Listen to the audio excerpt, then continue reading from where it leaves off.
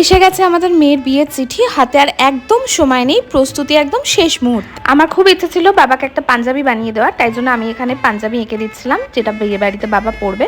আর বিয়ের এই পিড়িটা বানাচ্ছিল রাঙামা। আর এদিকে দেখেছো, বাবা আর আঙ্কা মিলে এখন থেকেই মাঞ্জা দেওয়া শুরু করে দিয়েছে। ছেলেরা নাকি সাজে না, আর দেখো অবস্থা, সবাই নতুন পাঞ্জাবি কিনে পরা শুরু করে দিচ্ছে।